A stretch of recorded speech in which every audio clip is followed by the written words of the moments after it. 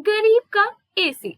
मनोज एक बहुत ही गरीब किसान था जो कि दूसरों के खेतों में काम करता था और उन्हीं पैसों से उनके घर का चूल्हा जलता था। उसके घर में उसकी बीवी हेमा और दो छोटे बच्चे थे। हेमा सुंदर और समझदार थी जो कम पैसों में घर चलाना अच्छे से जानती थी। वो जो पैसे बचाती थी उन्हीं से बच्चों को स्कूल भेजती थी क्योंकि वो नहीं चाहती थी कि उनके बच्चे भी अनपढ़ बनकर किसी की गुलामी करें। उनकी जिंदगी ऐसे ही गुजर रही थी।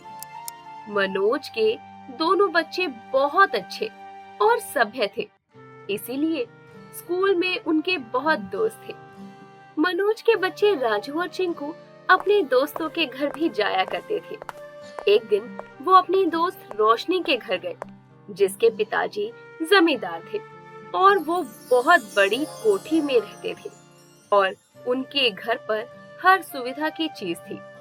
उस समय गर्मियों का मौसम था और स्कूल की छुट्टियां थी। राजू और चिंकू जैसे ही गर्म सड़कों पर से गुजरते हुए रोशनी के घर गए, उनको वहाँ ठंडक महसूस हुई और उनको बहुत अच्छा लगा।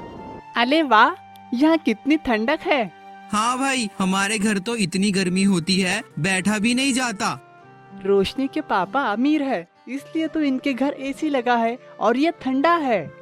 रोशनी के घर को देखकर दोनों बच्चे सोचने लगते हैं कि रोशनी के पास सब कुछ है, सुंदर घर और ठंडक देने के लिए एसी। दोनों बच्चे घर वापस आते हैं और अपनी माँ से बोलते हैं, माँ, उनका घर बहुत सुंदर है और ठंडा भी। हाँ माँ, हमारे घर तो कितनी गर्मी है, लेकिन रोशनी के घर तो एसी लगा है। हमारा मन नहीं था वापस आने का। क्या हम एसी नहीं लगवा सकते? हमको यहाँ गर्मी लगती है। बच्चों, बात को समझो। वो लोग अमीर हैं और तुम्हारे बाबा एक गरीब किसान हैं। हम लोग वो अमीरों वाले सामान नहीं ले सकते और दूसरों की चीजों से लालच करना गलत है। हमारे पास जो है उसमें खुश रहना चाहिए। पर दोनों बच्चों के मन से एसी की ठंडी हवा नहीं निकल रही थी।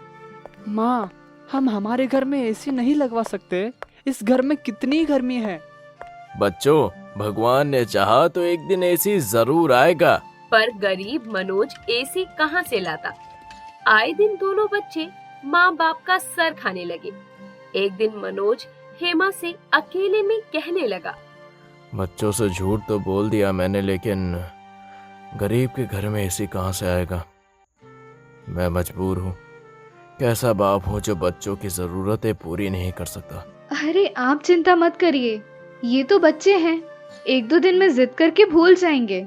और अगर भगवान ने चाहा तो एक दिन हमारे पास भी एसी होगा। आप चिंता मत करिए। हेमा इसी तरह अपने बच्चों और पति को समझा दिया करती। मनोज जिसके खेत में काम किया करता था, वो बहुत ही कंजूस व्यक्ति था जो किसी की मदद नहीं करता था। उसके घर में उसके अलावा कोई नहीं था। उसकी शादी नहीं हुई थी, इसीलिए वो अकेले ही बहुत सारी संपत्ति का मालिक था।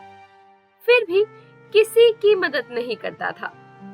एक बार मनोज उससे कुछ पैसे मांगने गया तो उसने साफ इनकार कर दिया। देखो भाई, जो काम करते हो उसके पैसे लिया करो, मुझसे परेशान मत करो। ऐसे ही दिन बीतते रहते हैं। एक दिन मनोज और हेमा कुछ सामान लेकर वापस आ रहे थे। तभी उन्होंने देखा कि सामने एक आदमी गाड़ी से टकराकर सड़क पर गिरा पड़ा है और उसके पैर से खून निकल रहा है। लोग उसके आसपास भीड़ जमा किए हुए खड़े थे, पर कोई उसकी मदद नहीं कर रहा था। वो पास गया तो देखा कि ये उसका मालिक है। अरे यार, ये तो मेरे मालिक हैं। लगता है इनका किसी गाड़ी से एक्सीडेंट हुआ है। यदि हम इनको जल्दी से अस्पताल नहीं लेकर गए तो इनका बचना मुश्किल लगता है। हेमा भी बहुत अच्छे स्वभाव की औरत थी। उन्होंने जल्दी से एक ऑटो रिक्शा किया और मालिक को उसमें लेटाकर जल्दी से अस्पताल ले गए। अस्पताल में डॉक्टर ने उसका चेकअप किया और मनोज से कहा, इनका काफी खून बह गया है, इनको जल्दी खून चढ़ाना होगा। अगर आप में से जल्दी कोई खून दान करेगा तो इनकी जान बच पाएगी। जी डॉक्टर साहब, आप मेरा खून ले लीजिए और मेरे मालिक की जान बचा लीजिए। डॉक्टर उसे अंदर ले जाता है और मनोज अपने मालिक के लिए 2 बोतल खून दान करता है। तुरंत मालिक को खून चढ़ाया जाता है और कुछ घंटों में वो होश में आ जाता है। मनोज हेमा से कहता है, देखो, हमारे मालिक का इस दुनिया में कोई नहीं है, इसलिए मुझे नहीं पता कि हमको किसे बताना चाहिए। हमारा फर्ज बनता है कि जब तक ये ठीक नहीं हो जाते हमें इनका ध्यान रखना चाहिए। इसीलिए तुम कुछ खाना बना कर ले आओ, मैं यहीं रुकता हूँ। हेमा जल्दी से घर जाती है और घर में जो कुछ पड़ा था उसे बनाकर दोनों के लिए खाना अस्पताल में लेकर आती है। मालिक को भी होश आ गया था।